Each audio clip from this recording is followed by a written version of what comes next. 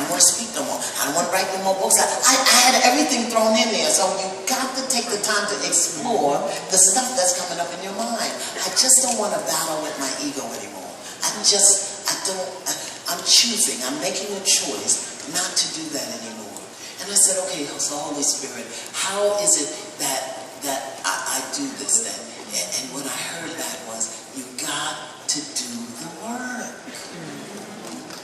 I said, well, I thought that's what I didn't want to do. I thought that's what I was saying. No, because, hear me, okay? Hear me. I want to share this with you. Hear me. Hear me with your skin. Hear me with your hair. Hear me with your fingernails and your teeth. Hear me. You gotta hear this. You gotta hear this. Okay? Our lives are cycles of continuous correction. Can you hear me? Cycles of continuous correction. So you cannot think because you read that book or took that course or did that forgiveness or because you wrote that card or did this journal or ended that is not going to come up again. That's good. My ego was telling me, once you forgive the weasel should go off and die and you never have to look at it. That's what my ego was saying. But no, life is a continuous cycle of correction, and we are called to do the work on ourselves, to correct what we think, what we say, what we feel, what we do, how we do it, when we do it, what we expect in return, a continuous cycle of correction. And that is the work that we do. And here's what I've learned, that it's harder not to do the work. It's harder not to do the work because that's when you struggle with your ego. When you don't question why you do the things you do, the way you do, how you do. When you don't question that, that's when you're struggling with your ego. We've got to do the work. Please forgive me. There's two things that I have to say. And I have to say this because I love you. And now I've seen now the inside of people's lives in a way that sometimes break my heart. But I also know it's because we just haven't been paying attention. You know, we're not bad people. We just don't often pay attention to the work that we have to do. So here's what I have to say. Say to my sisters, that's every woman, really, but particularly women of brown and black descent. We are out of order. And we got to get it together quick. We're out of order. Say that a little more lovingly. Beloved. Say it. We're out of order. We're out of order. We're out of God's order, the natural order, the order of nature. We are out of order. We're out of order. Sisters, we're out of order. And we have to do the work of a continuous cycle of correction of ourselves. We are out of order. And as a result of us being out of order, I'm not blaming us. I'm not blaming us. I'm not blaming us. Put your Twitter thing, put this right now. Iyanla's not blaming us, but she said. Go ahead, put that in our way. Okay? I'm not blaming us, but beloved sister women, because we are out of order, our children are out of order.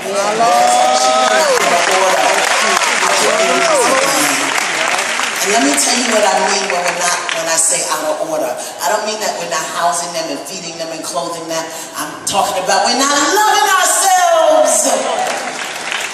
We're out of order.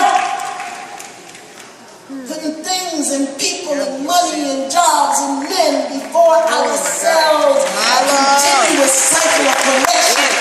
We are out of order. Let me tell you. Even the king has a mother. The king didn't come out of pod off a tree. That's right. The king had a mother. And the king's mother didn't raise him like he was a scuzz bucket on the corner. She fed him a certain way. She talked to him a certain way. She exposed him to certain things. She did certain things with him because she understood that she was the mother of a king.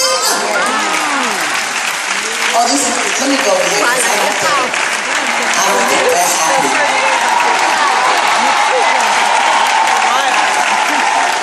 Did you hear me? I'm not blaming us. Put that on Twitter.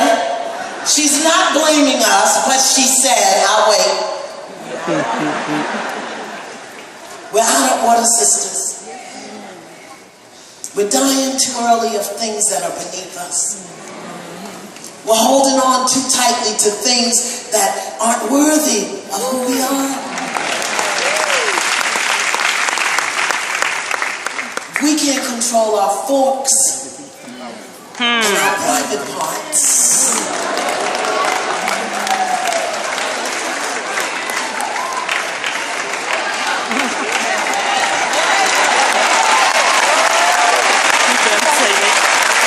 Some people never should meet the madam. Some people never get to meet the madam.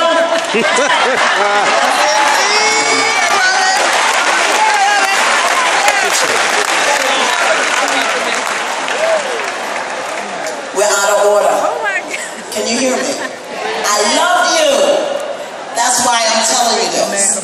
I'm not going to sell you nothing, give you nothing, offer you nothing. I don't want nothing from you except your highest and your greatest good. We're out of order. Out of order. And how do we get in order? Do the work. That's right. Do the work. A continuous cycle of correction. Oh, why am I thinking that? Oh, why am I doing that? Why am I asking for that? Why am I behaving like this? What's going on with me? Why am I going for that? Why am I putting up with this? Why am I not going for that? Why am I saying this? Can you hear me? That's all I have to say. I like it. Brothers, I love on you, right? So you know I'm not just women bashing. I mean male bashing, right? I loved on you, right? I gave you something to hold on to, right? Can I offer you some feedback as a coach? Yeah? I'm a coach, you know. You want to win at your game, right? They are not answering. That was quite horrifying. Say something. Go get your children.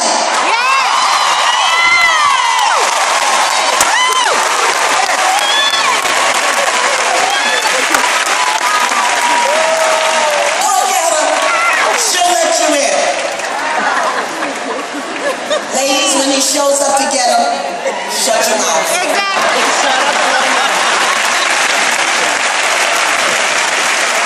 Not if you think he's going to hurt them. But none of the brothers in here are going to hurt their children. Would that be accurate? Yeah. Go get your children. Please. Please go get your children. Please go get your children.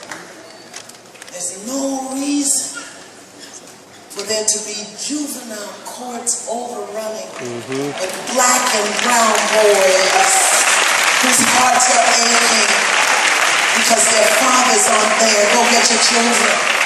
There's no reason for black and brown girls, any girls, but really black and brown girls, because there are more of us shown on the news, really, for them to be dancing half naked for $500 because they don't know from their daddy that they're worth more than that. Go get your children.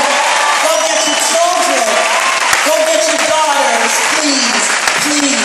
Go get your daughters. I am a daddyless daughter.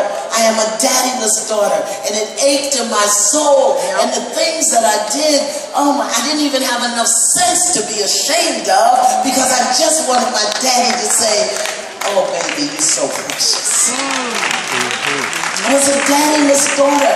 My brother was a fatherless son, cross-addicted to heroin and alcohol from the time he was 16 years old till he put the last needle in his arm in a tenement in Trenton, New Jersey, and died on the eve of his 50th birthday. He was a fatherless son. And if you don't know how to father your children, ask continuous cycle of correction. There's no community in the shape that ours is in. No community spends more money than ours. Yes. True. No community has a greater population in the prisons than we do. No community has children dropping out of high school at a faster rate than we do. My sister women, let's get it in order. My brothers, please go back and get your children. We've got to do the work. And if in your consciousness there's something that says, I don't want to do this, tell it to shut the hell up.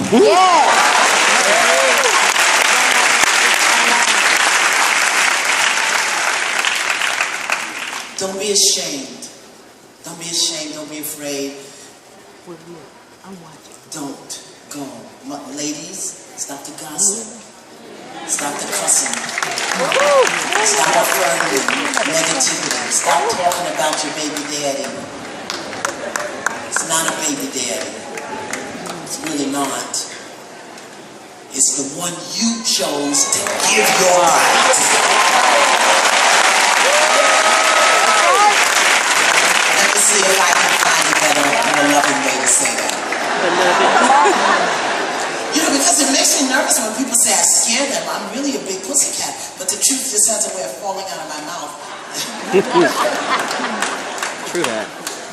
You wouldn't have had a baby with the daddy had you not chosen to introduce him to the madam.